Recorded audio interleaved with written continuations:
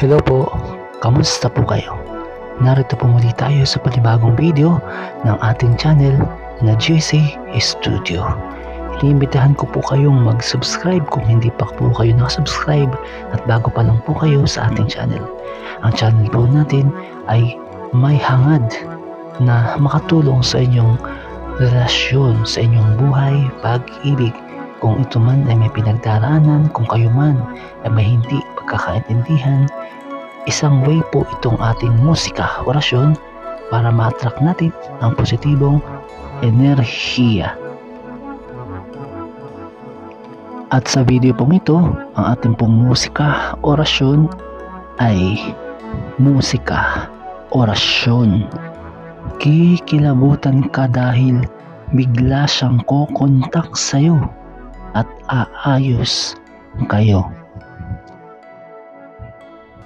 Kung kayo po ay may hindi pagkakaunawaan ng inyong partner, na inyong jowa, na inyong karelasyon,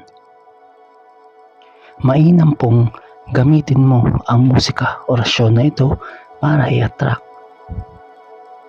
Opo, para i-attract na magkaayos na kayo sa pamamagitan po ng pakikinig sa musika, orasyon na ito.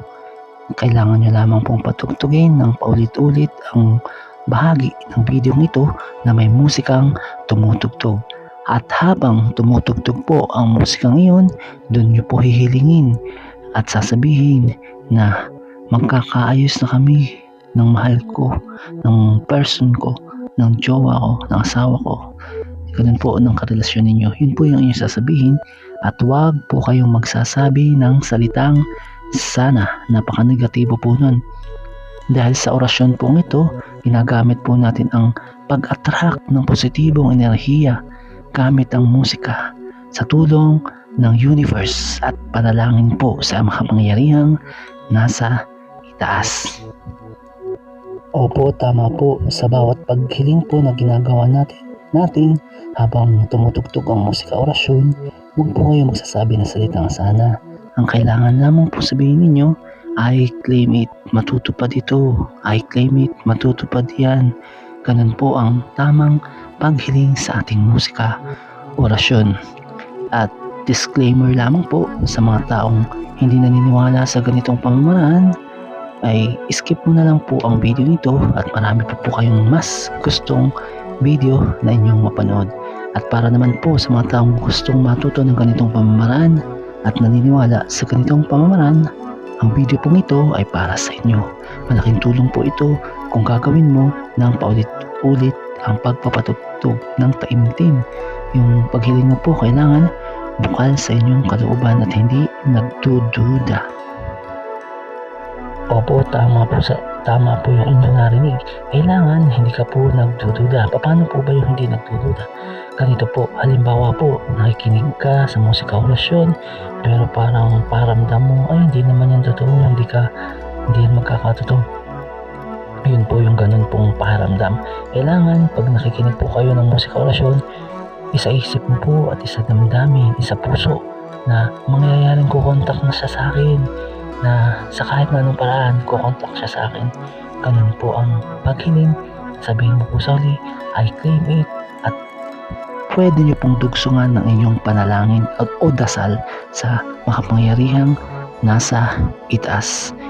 Positive energy po ang ating ina-attract dito, at sa pamamagitan po ng positive energy na yun, na sa tulong ng universe, mangyayari po ang ating musika, orasyon na kikilabutan ka dahil bigla siyang kokontak sa iyo at magkakaayos na kayo. At idagdag ko lamang po yung own experience ko po sa paggamit ng mga ganitong musika, orasyon, na masasabi kong talagang sa una parang nahihirapan ka dahil syempre hindi naman unang beses mo palang pinatugtog ay mangyayari na agad yung iyong hinihiling. Dahil ang sekreto po o ang mabisang paraan para magkatotoo, matupad ang iyong kahilingan ay sipag sa pagpapatugtog, sa panalangin at sa paghiling. Kailangan consistency. Ibig sabihin po, dapat tuloy-tuloy ang inyong ginagawa.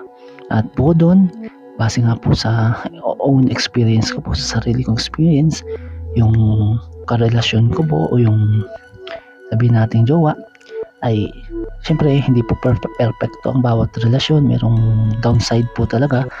Ay hindi kami nagkakaroon ng maayos na komunikasyon dahil nga medyo magkasira ng konti lang naman po. At ayun po, ginamit ko po ang isa sa mga musika orasyon sa channel na ito, yung mga nakaraan po, yung previous na mga musika orasyon, pinatugtog ko siya, humiling po ako sa pamamagitan ng aking isip at ng puso-puso. Hindi ko po siya binibigkas ng malakas dahil ayaw ko pong makontra ng mga taong hindi naniniwala sa ganitong pamamaraan. Kaya ang ginagawa ko po, iniisip ko, dinadalangin ko, isa sa puso, nakokontak na siya kahit pa bad weather, malakas ang ulan, mahina signal sa location niya. Nagulat na lang po ako na bigla na lamang siyang nag-contact matapos kong pinatugtog na 3 beses yung musika orasyon. Tinapos ko po talaga yung video at pinalit-ulit yung part na may music na natugtog. At yun po, kahit po masamang panahon, may bagyo, mga nakaraang week, ay nakagawa po siya ng paraan para kumontak. Pumunta po siya sa isang lugar na may signal dahil pag po sa lugar niya, wala dong signal. So ayun po, nagkaroon siya ng pag-iisip na gagawa siya ng paraan para ma-reach yung location na may signal at makontak na ako. Yun po, ganun lang po yung example ko pong sinasabi sa inyo, sinishare ko po sa inyo na talagang kapag po naniniwala sa isang bagay ay nagkakatotoo po ito at higit pa doon, mas nagiging tuloy-tuloy pa. Kailangan lang positibo, paniniwala at hindi nagdududa. Yun lamang po ang share ko at kung kayo po ay hindi pa na-subscribe, mag-subscribe na po kayo para updated po kayo tuwing nag-upload po ang aming team sa channel na ito. Maraming salamat po at God bless palagi. At pahabol pa po, mamaya po sa huling bahagi ng video nito, may 30 tarot cards na ating pipiliin at babasahin ang kanyang kahulugan na tutulong po itong ma-attract natin yung ating subliminal ngayon na musika orasyon. Kikilabutan ka dahil bigla siyang kukontak sa'yo. Opo, pipili po tayo mamaya ng 3 love tarot cards.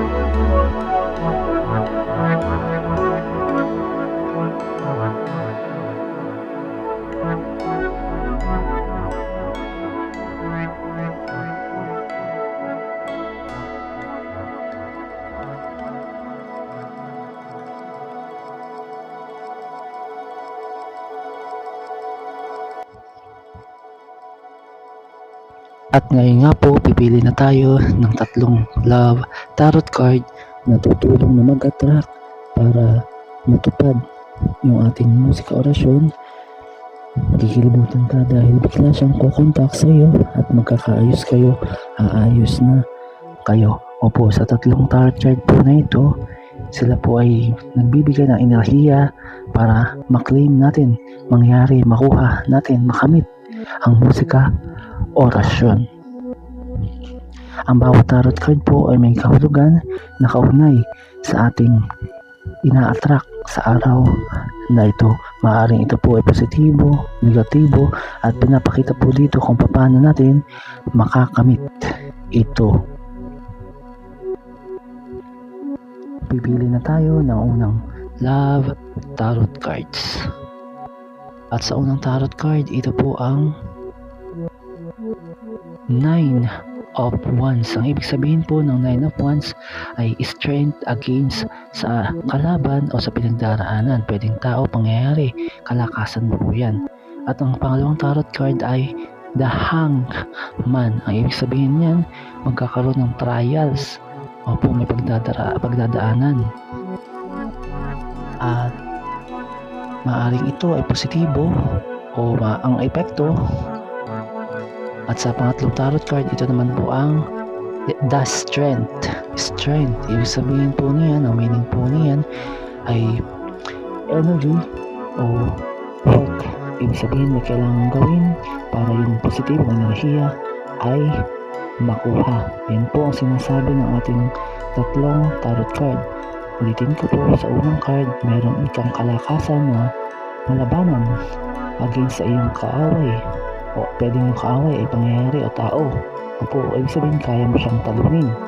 At sa pangalawa naman ay the Hangman. Ibig sabihin niya ay trials, pagdadaanan. At sa pangatlo naman po ay ang the Strength.